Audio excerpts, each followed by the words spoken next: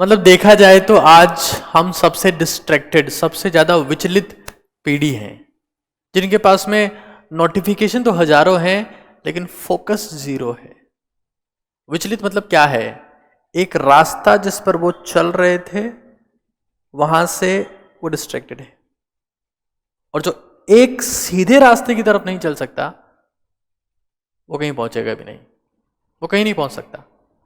तो जो काम मैंने उस वक्त किया वो शायद आज आपको बहुत सारे लोगों से एक्स्ट्रा एज दे सकता है, बहुत सारे लोगों से आगे निकाल सकता है। क्योंकि मैं कभी ब्रिलियंट नहीं था, I was very average, but that was the single thing which help me a lot.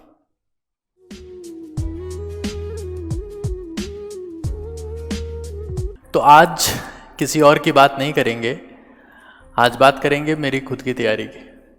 मैं हर बार आपको अपने कई स्टूडेंट्स का एग्जाम्पल देता हूँ कि इसने ऐसे तैयारी करी, मेरे सीनियर ने ऐसे तैयारी करी, मेरे जूनियर ने ऐसे तैयारी करी। आज मैं बात करूँगा सिर्फ अपनी तैयारी की। एक बात जो मेरी लाइफ में सबसे ज़्यादा इम्पैक्टफुल रही और मुझे लगता है that I am pretty thankful for that, 10th class में अजमेर में एक स्कूल है सेंट पॉल्स, मैं उसका स्टूडेंट था और हम लोग गांव में रहा करते थे। अजमेर के पास में एक गांव है राजगढ़ के नाम से। ऐसा राजगढ़ अलवर राजस्थान में भी है, लेकिन मैं अजमेर राजस्थान वाले राजगढ़ की बात कर रहा हूं, जहां पर बसेस नहीं चलती थी, कोई ट्रांसपोर्टेशन फैसिलिटी नहीं थी, कुछ नहीं था।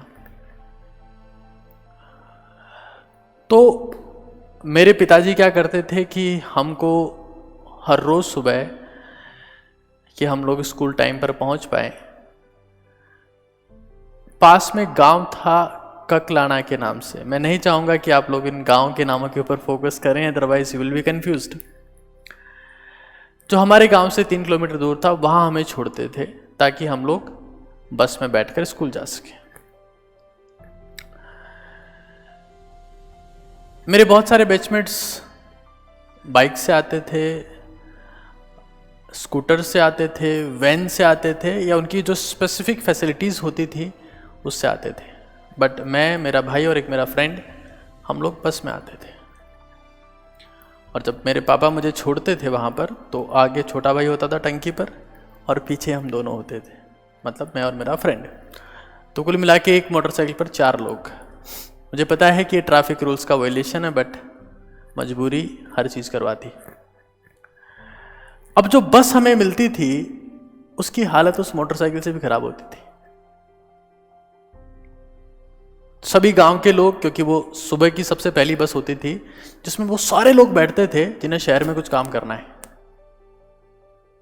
तो उसमें दूध वाले भी होते थे, उसमें सब्जी वाले भी होते थे, उसमें छाछ वाले भी होते थे, उसमें दही वाले भी होते थे, और बहुत सारे फार्मर्स भी होते थे।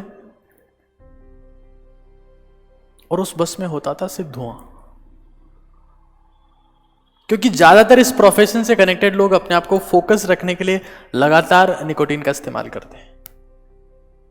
सीट की उम्मीद, मुझे याद नहीं कि मैंने 10th, 11th और 12th 3 साल मैंने ट्रेवल किया उन्हीं बसेस में। मुझे याद नहीं कि मैंने कभी सीट की शक्ल देखी हो कि सीट कैसी दिखती है इस बस की। इतनी भरी हुई बसें होती थी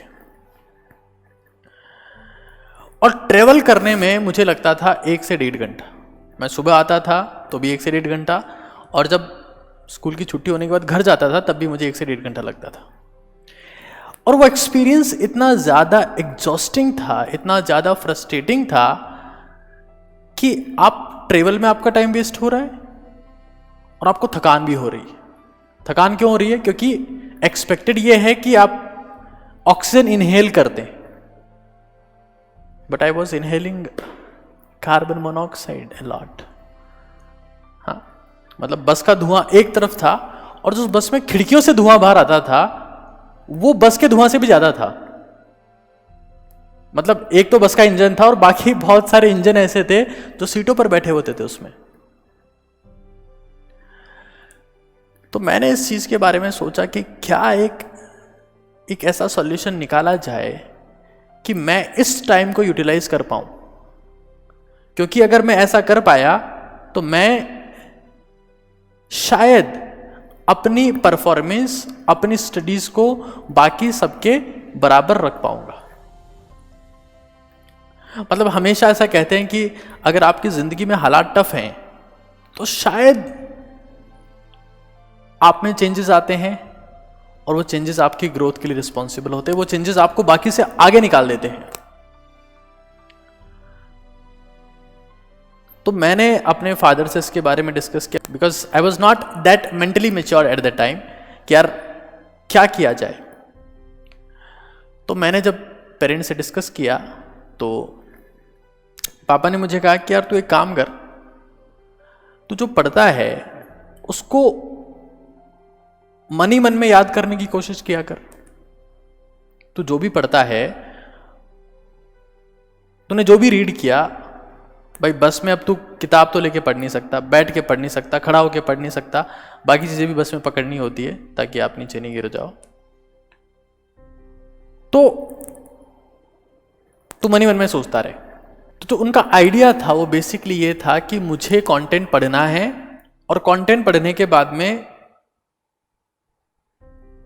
बुक से नहीं पढ़ना है, उस कंटेंट को मेमोराइज करना है, सोचते जाना है, सोचते जाना है, सोचते जाना है। वो मेरी मजबूरी थी जो मेरी स्ट्रेंथ बनी।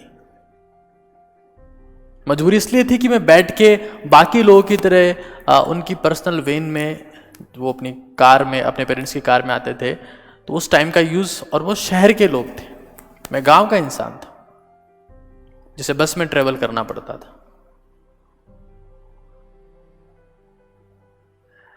उस मेमोराइजेशन ने मुझे इतनी जबरदस्त स्ट्रेंथ दी, because I have been a very average student, एक ऐसा स्टूडेंट जिसमें ज्यादा दिमाग कभी नहीं था और ना आज, आप लोग जानते। बट वो जो स्ट्रेंथ मुझे मिली कि यार आप चीजों को बिना बुक के भी पढ़ सकते हैं, उसके बाद में मेरी ऐसी हैबिट हो गई थी कि मैं कभी भी फ्री हूं तो मैं एक ही काम करता था, मेमोराइज मेमोराइज मेमोराइज। दांत साफ कर रहे हैं, बाथरूम में नहा रहे हैं, खाना खा रहे हैं, वॉक कर रहे हैं, काम एक ही करना है, मेमोराइज। जब बाकी मेरे साथ वाले जो मेरे बैचमेट्स थे वो किताब खोल खोल कर एक बार दो बार चीजें रिवाइज करते थे, मैं उन्हीं चीजों को 10 से 15 बार रिवाइज कर चुका था बिना किताब के। जो चीज मैंने 10th क्लास में सीखी, मैंने 11th में उसे कैरी फॉरवर्ड किया, 12th में मैंने उसे कैरी फॉरवर्ड किया, और प्री मेडिकल की तैयारी के दौरान it was the most amazing thing that help me lot. Because at the end आप एग्जाम चाहे कोई सा भी दें, आप एग्जाम किसी भी एग्जाम में पार्टिसिपेट करें, जो चीज टेस्ट होती है वो होती है मेमोरी, और मेमोरी को जो स्ट्रांग बनाती है कोई सी चीज, दैट इज द मेमोराइजेशन। मैं देखता हूं कि 99% स्टूडेंट आज भी जब पढ़ने बैठते हैं वो तभी पढ़ते हैं, जब आप पढ़ने नहीं बैठे हैं, आप तब भी पढ़ रहे हैं, तो आप ब्रिलियंट स्टूडेंट हैं।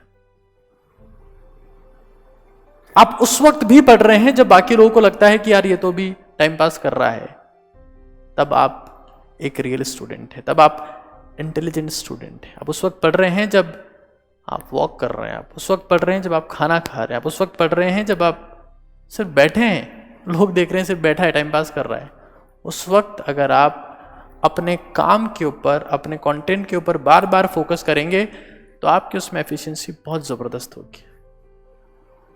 तो मैं थैंकफुल हूँ उन सारी कठिन हालात का जो शायद मेरे हिसाब से आप में से भी बहुत सारे लोग फेस कर रहे होंगे, क्योंकि जिनकी ज़िंदगी में कठिन हालात नहीं होते वो कभी कठोर नहीं बन पाते, और वो जब सॉफ्ट रह जाते हैं तो बहुत जल्दी मोल्ड होकर बिखर जाते हैं। तो अगर आपकी लाइफ में हालात बहुत कठिन हैं तो उनका शुक्रिया करिए, क्योंकि वो आपको ऐसा बनाएंगे जैसा कोई और नहीं होगा। Thank you.